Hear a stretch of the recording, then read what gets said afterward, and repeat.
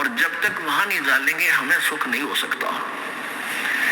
वहां जाने के लिए कौन सी विधि अपनानी है, कैसी अपनानी है, कैसा संत चाहिए, कौन सा मंत्र चाहिए,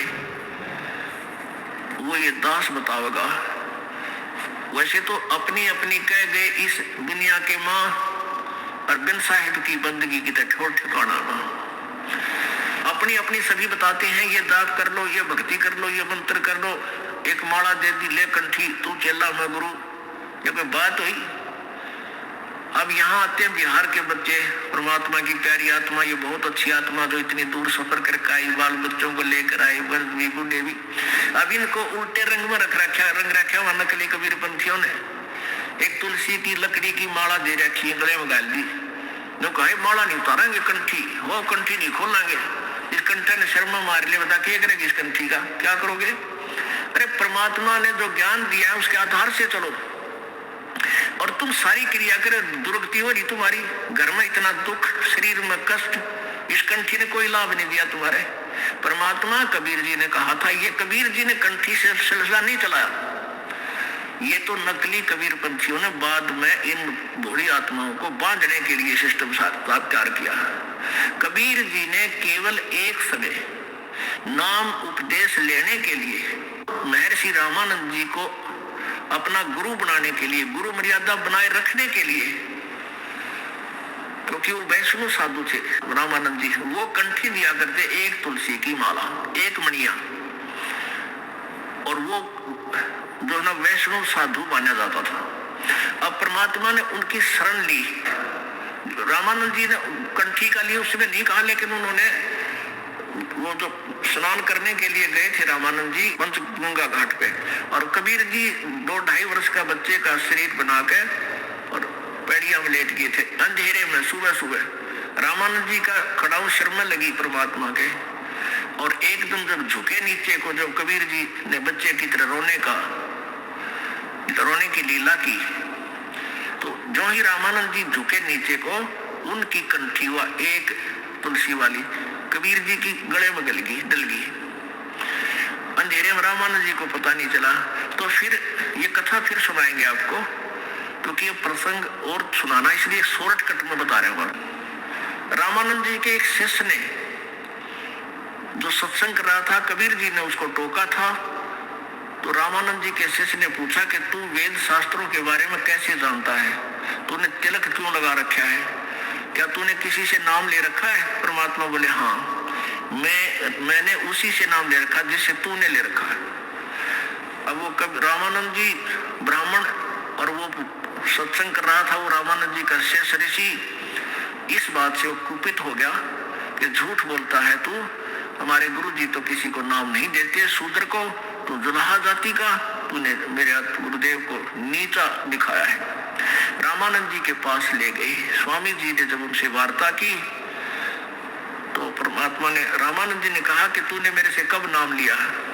परमेश्वर ने बताया कि ऐसे ऐसे आप स्नान करने गए थे और मैं वहां लेटा हुआ था, आपकी खड़ाऊ मेरे सर में लगी थी, मैं बालक था छोटा सा, और तब आपने मुझे कहा था बेटा राम राम बोल, और ये कंठी आपने मेरे गले में डाल दी थी। वो डली थी वैसे कुदरती झुकने के कारण रामानंद की निकल के और परमेश्वर कबीर जी के गले में डल गई थी। तो कबीर जी ने कहा, रामानंद जी ने कहा कि मैं शिष्य जिसको बनाता हूँ उसको कंठी देता हूँ, ये माला देता हूँ एक मनके की, तेरे पास है? काट के दिखा दी। हाँ जी ये लो। कहने लगी मैंने तेरे को कब दी? कि जिस दिन ऐसे ऐसे कहानी बनी उस दिन आपने वो दे दी थी। तो वो परमात्मा ने केवल इसलिए वो कंठी डाली थी कि इसकी भ्रम तोड़ दूं इस रामानंद जी को। फिर रामानंद जी से चर्चा की, ज्ञान गोष्ठी हुई, फिर रामानंद जी को सतलोक दिखा परमेश्वर ने। वो महर्षि फिर परमात्मा के चरणों में गिर गया था कबीर जी के, और रामानंद जी ने भी वो कंठी तोड़कर फेंक दी थी और कबीर जी ने भी फेंक दी थी, क्योंकि इन कंठियों से भगवान नहीं मिले, इस मंत्र और साधना से परमात्मा प्राप्ति होगी। अब वो फिर क्या था, रामानंद जी के जो शिष्य थे वो रामानंद जी से विरुद्ध हो गए कि ये ब्राह्मण होकर और जुल्हाए के साथ रहता है, इसने नाश कर दिया। तो उन नकलियों ने वो कंठी वाला सिलसिला फिर जारी रखा, लेकिन परमात्मा कबीर जी ने केवल सब चीजों से दूर किया। परमात्मा ने कहा है कि कंठी माला सुमरनी सभी सिलसिला मेट, इन सबको भूल जा। और माला तो आपने, अब जैसे आप आरती में पढ़ते हो, आप संध्या आरती में पढ़ते हो, तत् का तिलक और जानकी धोती, ये मालाएं हमारी हैं, ये हमारे गहने हैं, एक भक्त के होने चाहिए। और परमात्मा ने कभी भी ऐसा तेज की आरती तेज का आगे, तेज का भोग तेज को लागे, तेज पखावे तेज ही बाचे, तेज ही नाचे तेज ही गावे, तेज का थाल तेज की बाती, तेज का पुष्प तेज की पाती, तेज के आगे तेज विराजे, कह कबीरा आरती साजे। अदली आरती अदल समोई, निर्भय पद में मिलना होई, दिल का दीप पवन की बाती, और चित्त का चंदन पांचों पाती, तत् का तिलक जानकी धोती, और मन की माला अजप्पा ज्योति। ये हाथ में माला लेकर जाप करना, इसको भी मालिक ये कहते हैं, इसकी कोई आवश्यकता नहीं। फिर भी क्योंकि हम जैसे बच्चे को पहले क ख सिखाते हैं तो तख्ती पर लिखकर, फट्टी पर लिखकर सिखाया करते थे, अब ऐसे सिखाते हैं। तो यहाँ परमात्मा कहते हैं कि तत् का तिलक और जानकी धोती, तत् का तिलक यानी इस तिलक को लाने के लिए नहीं कहा कि आपके पास तत्व ज्ञान हो, और तत्व ज्ञान आप जब भी बोलोगे तुरंत प्रकट हो जाएगा, ये तेरा तिलक है। और जानकी धोती मन की माला, गले में डालने से कोई लाभ नहीं, जैसे मन है इसको परमात्मा के नाम पर लगाए रख, और इसको दिन रात इससे संबंधित जोड़े रख, ये वास्तविक माला है। तो ये परमात्मा हमें यही बताना चाहते हैं कि तुम जो साधनाएं कर रहे हो इनसे कोई लाभ नहीं होगा। और कोई विकार नहीं छोड़ रखा उन कबीर पंथियों ने, सारे दर्दा खावे, बीड़ी पीवे और तम्बाकू खावे और पूजा, क्योंकि उनसे लाभ तो होना नहीं कोई। अब जैसे ये दास इस हरियाणा में यही इसी तरह के तम्बाकू और शराब यहाँ भी एक नंबर पे है, खूब पीवा है, तम्बाकू भी खाते हैं। लेकिन जब इन बच्चों को परमात्मा की प्यारी आत्माओं को ये ज्ञान होगा कि बुराई है और हमारे बंधन का कारण है, तो तुरंत छोड़ देंगे। देखा देखी बुराई लगाई है, वो पी रहा है मैं भी पी लूं, ले पी ले। वो पीने वाला, एक पीने वाला 200 ने आदत खराब करेगा। अब हमारे बच्चे उनको त्याग रहे हैं, सभी मेरे जो दास के अनुयायी हैं, परमेश्वर कबीर जी के सेवक हैं, ये अब सब बुराई त्याग देते हैं। इनको पता है कि भगवान चाहिए थे, त्यागना पड़ेगा, ना तो मर कुएं में पड़ गए, फिर कोई लाभ नहीं होगा, हाहाकार मच जाएगी, घर में भी दुख होगा, शरीर में भी कष्ट हो जाएगा। तो ईब 10 बच्चा ने छोड़ी हमारा ने, उन 200 की छुड़वाई। अब हजारों ने छोड़ी तो 10,000 की छुड़वा दी, 1 लाख ने बुराई छोड़ी तो 10 लाख की छुड़वा दी। तो बुराई घर भी ऐसे ही किया था, एक पीने लगा 10 को सिखा दिया, 10 ने फिर 200 को सिखा दिया, हजारों को सिखा दिया। तो ऐसे ही बुराई हम हटाएंगे समाज से, दास का ये मुख्य उद्देश्य है, क्योंकि इसके बिना भक्ति बन नहीं सकती।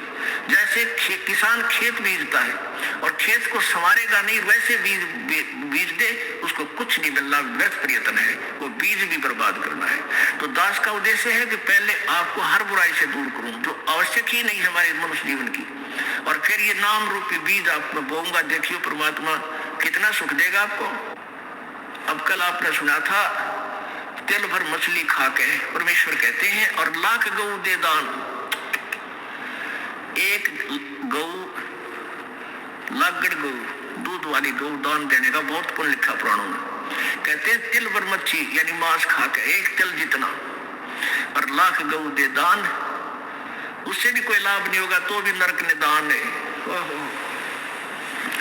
तो इसी प्रकार परमात्मा कहते हैं जरा सा भी तम्बाकू खा लिया इस नाम लेने के बाद, और बीड़ी सिगरेट पी ली या पान खा लिया जिसमें नशा होता है, तो उसी दिन तेरा भक्ति नष्ट हो जाएगी, ये नाम नहीं रहेगा। अब समझदार व्यक्ति नहीं गलती करेगा, जैसे माता गर्भ को रख यतन बना और ठेस लगे तो छिन्न हो तेरी, ऐसे भक्ति जा। किसी बहन को 5, 7, 10 वर्ष में कोई गर्भ रहा हो, फिर वो रात में भी दुखी रहती है, कि चिंतित रहती है, जब वो करवट लेती है तो भी एकदम उठ के बैठ जाती है, कहीं मेरे बच्चे पर दबाव तो नहीं पड़ गया, और ये खराब तो ना हो गया है भगवान, मेरा गर्भ खराब ना हो जाए। तो वो फिर उसको प्रफुल्लित कर लेती है, फिर वो बालक, वो लाल उसको प्राप्त होता है।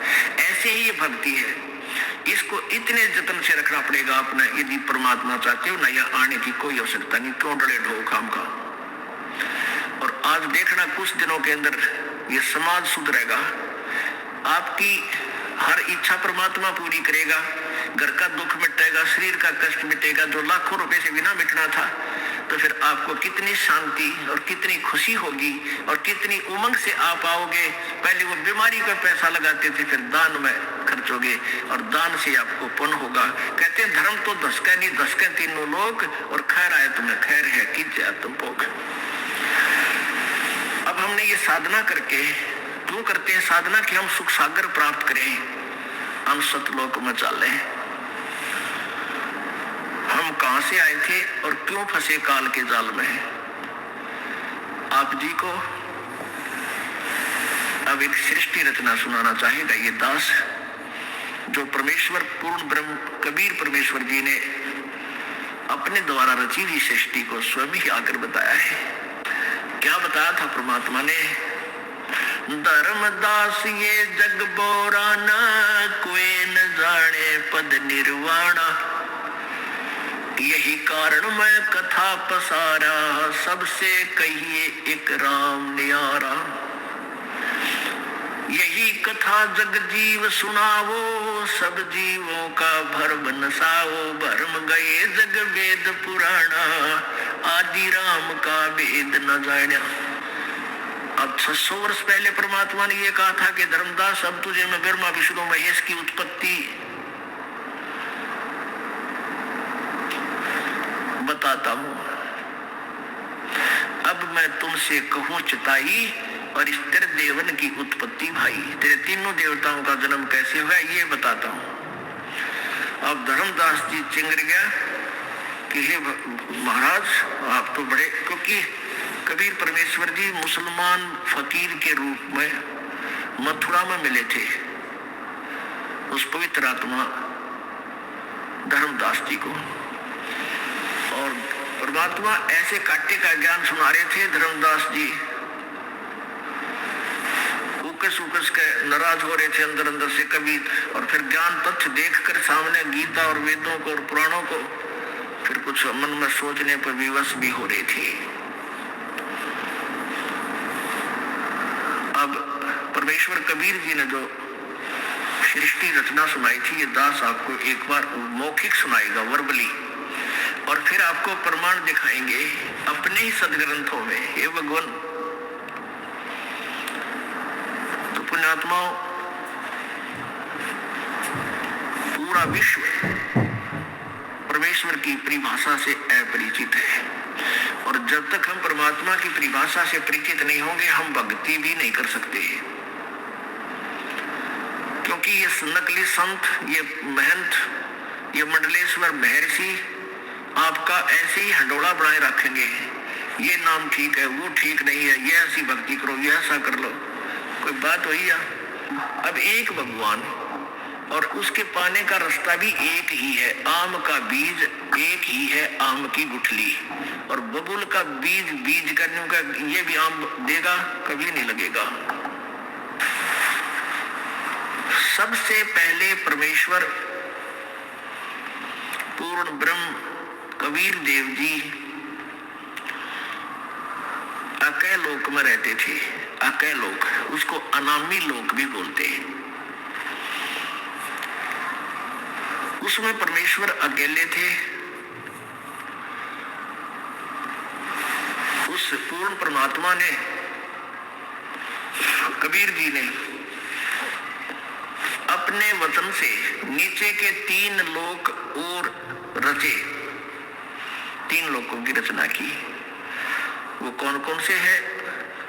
अकय लोक से नीचे वाला अगम लोक, उससे नीचे फिर अलख लोक, और लास्ट वाला सतलोक। अब वही पूर्ण परमात्मा अन्य 3 लोकों में भी स्वयं ही अन्य रूप धारण करके विराजमान हो गए। अब आपको सतलोक की रचना के विषय में जानकारी देंगे। परमेश्वर कबीर जी ने यानी सत्य पुरुष ने, सत्य पुरुष का अर्थ होता अविनाशी परमेश्वर, अविनाशी प्रभु ने, सत्य पुरुष ने अपने एक वचन से वहां 16 द्वीप रचे, 16 द्वीप, और फिर 16 वचनों से एक एक वचन से एक एक पुत्र की उत्पत्ति की। उनमें से एक का नाम अचिंत और एक का सहजदास, जोगजीत, ऐसे ये 16 पुत्र हैं उत्पन्न किए। कुछ दिनों के बाद परमेश्वर ने अरुण सब से कहा कि तुम अपने अपने द्वीप में जाओ, वहां रहो। उसके बाद कभी सत्य पुरुष ने अपने पुत्र अचिंत से कहा कि आप सृष्टि रचना करो। अचिंत ने अपने वचन से ये अक्षर पुरुष की उत्पत्ति की, जिसको परब्रह्म बोलते हैं।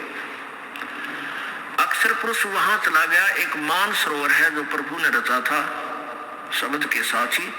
उस मान सरोवर में अमृत जल है, स्नान करने के लिए अचिंत चला गया। वहां श्वासों से शरीर नहीं है हमारा, श्वासों से शरीर हो तो फिर वो गिनती में आ जाता है, अमर नहीं रहे। जैसे एक ट्यूबलेस टायर होते हैं, उसमें हवा नहीं भरनी पड़ती, रबड़ के टायर होते हैं, और एक ट्यूब वाले में तीसरे दिन पार्टी रहे, पटाखा बोलिया रहा उसमें। तो ऐसे वहां शरीर बगैर हवा, बगैर प्राणों के, बगैर श्वास के है। वो जाकर के अचिंत मानसरोवर में नहाने गया था, वहां जाकर लेट गया और मस्ती में नींद आ गई, बहुत गहरा चला गया। अब काफी समय तक बाहर नहीं आया तो परमेश्वर कबीर जी ने, सत्य पुरुष ने, उसी अमृत जल से जल लिया अपने हाथ में और अपने वचन की शक्ति से एक अंडा बना दिया।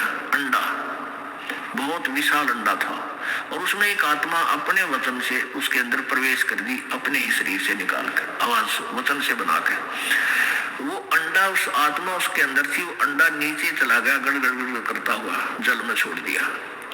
अब वो अक्षर पुरुष उसकी गड़गड़ाहट से जाग गया, निंद्रा भंग होगी। अब जैसे कोई व्यक्ति गहरी नींद सोया हो और उसको कोई जगा दे, एक बार उसको दुख होता है, क्रोध आता है, तो जो ही उसकी निंद्रा भंग हुई अक्षर पुरुष की, उसने देखा किसने मेरी निंद्रा भंग की, उस थोड़े से कोप से, क्रोध से अंडे की तरफ देखा, अंडा फट गया, उसमें से ये ज्योति निरंजन ब्रह्म काल निकला। आकाशवाणी की परमात्मा सत्य पुरुष ने, कबीर जी ने, कि तुम दोनों बाहर आओ। अक्षर पुरुष तो निंद्रा में था, तुझे जगाने के लिए ये सब क्रिया की, तुम दोनों बाहर आओ। दोनों बाहर आ गए और कहा तुम अचिंत के द्वीप में जाओ दोनों। वो एक द्वीप में 3 रहने लगे और बाकी एक एक द्वीप में वो 15 और थे। अब परमात्मा ने कहा अचिंत तुम सृष्टि नहीं रख सकते। परमात्मा ने इसलिए ढीला छोड़ा था कभी बच्चे फिर बाद में बकवाद करे। अब अचिंत बैठा बैठा देख रहा, अक्षर जाकर सो गया, अक्षर पुरुष वो परब्रह्म। अब तुम कोई सृष्टि नहीं करोगे, मैं ही करूंगा।